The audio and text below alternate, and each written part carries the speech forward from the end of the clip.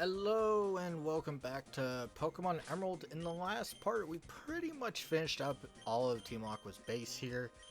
And now we are going to be challenging the admin. It's been quite a bit since we've, I don't know, gone into it. So, got here already, did you? We underestimate you. I mean, somehow you underestimated me, even though I literally have beat you every single time I've encountered your evil team. But besides that, he's going to start off with a Mightyena, admin Matt. I think he's exclusive to Emerald, I'm thinking. I don't remember. So that's why I switched to Manectric. Gardevoir, of course, even though, to be honest, stab dark moves from a physical attacker aren't that dangerous in this generation. But better safe than sorry. There goes Mightyena, and then we're probably not going to even need a switch. Yeah, there's the Golbat. So, one of the things that is quite apparent by this point is these things are not hard. I bet Spark will even kill, especially off the level advantage. And there we go, Team Aqua's base is done. It didn't need that much. But we will be, of course, going back to Lilycove to heal. But while I was toying with you, our boss got through his preparations. Why? Whatever. If you're going to give chase, you better search the big wide sea beyond Lilycove. But will you find it then? Yeah, okay. So, he's alluding to another base that we'll have access to later. I do want to point something out. That it looks like there's a dive spot right there. That is, in fact, not supposed to be a dive spot. And this guy will be gone later. And you could technically come back here and try it, but it's not a dive spot. It is a dive spot in the Japanese version, except it's not supposed to be. So, it ends up warping you to Petalburg City, or Petalburg Town. Alright, let's fly. Where are you? There we go, the long list. No, we're close enough, and we are going to be taking on the rest of the sea routes that are accessible at this time. We, of course, have Route 124. I was forgetting the route number at first. There are no new Pokemon to be found there, so we're just going to be kind of hanging out, taking on the trainers.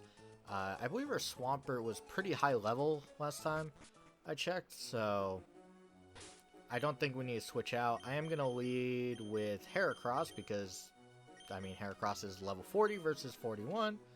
We still have the Acrobite. But when it comes down to it, we are going to be not going that way. We're going to be taking on the sea routes here, and I'm going to state this real quick. This is my least favorite part of Generation 3, at least when it comes to Ruby, Sapphire, and Emerald.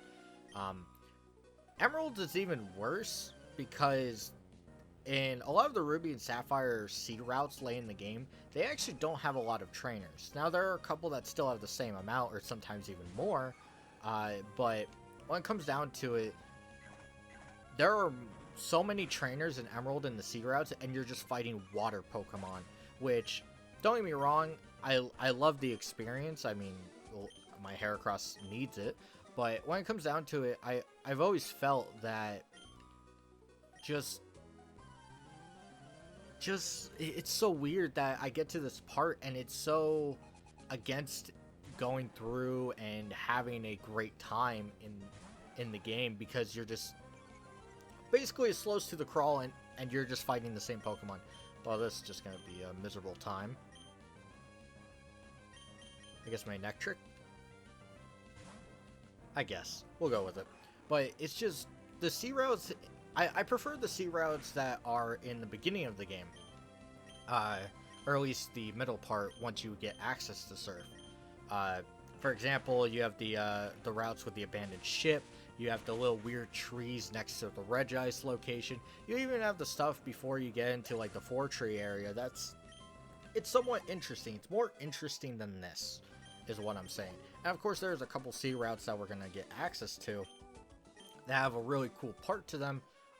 One being a underwater cavern, which it was made Manectric that leveled up, and a bunch of other stuff, but Shoal Cave and a few other things make it interesting, but there's still a couple routes that are just this right here. Just battling Nothing interesting's really going on.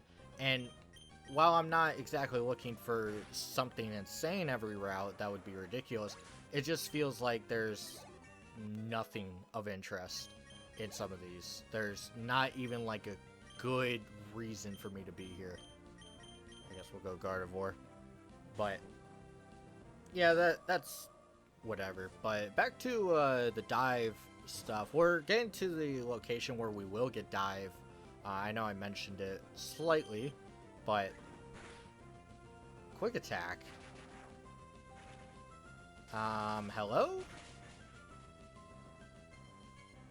You aren't supposed to have that. But, right? It's not supposed to have quick attack. I think we've seen this already. Huh. As you can see, there's some dive spots. We're getting closer and closer to when we can access it. Still a bunch of trainers here. I think there's, what, 8, 9, if I remember correctly. Yeah, it's quite a terrible time. Whalmer, which, I think I've already talked about Whalmer. Yeah, I think with Surf, you have access to it. Probably talked about it with Carvana as well. But as we get going, we're going to get to Moss Deep City, which is the next big city. It's also the host of the 7th gym. And also, if you go north to it, you get to Route 1. Oh. I don't remember you being a register. Whatever. What's here? I think there has to be something here. You can't do this to me. Really? Really? There's no way. Where are you? Is this the rest stop? Hunter's house. I think this is the one with the shards. Let me see. I'm the diving treasure hunter, and the awesome dude who makes deep sea dives to gather treasures. Yeah, okay. The shards guy, I believe he gives you berries in this game. It depends on the game, but he gives different stuff depending on what game he's in. I'm pretty sure it's berries. I'm trying to think, because sometimes I get flipped with stuff. We're just going to get away from that tentacle. But yeah, Route 125 is much more interesting than this one, because I'm going to check whether I skipped someone or not. Route 125 hosts Shoal Cave, which I'll get into the Pokemon that we're going to be catching there. But I will be, we will be seeing there. I will be catching one of those Pokemon, not for Diving Spot, not for the team specifically, but for what will be later a breeding chain. It's actually the final part of the breeding chain, which means we have to start working on a few things. We're going to be doing some rematches, mostly with Gabby and Ty, now that we have access to all of them. I'm pretty sure I missed a trainer. No? I thought there was one in between there. I guess not. Alright, let's go down this way.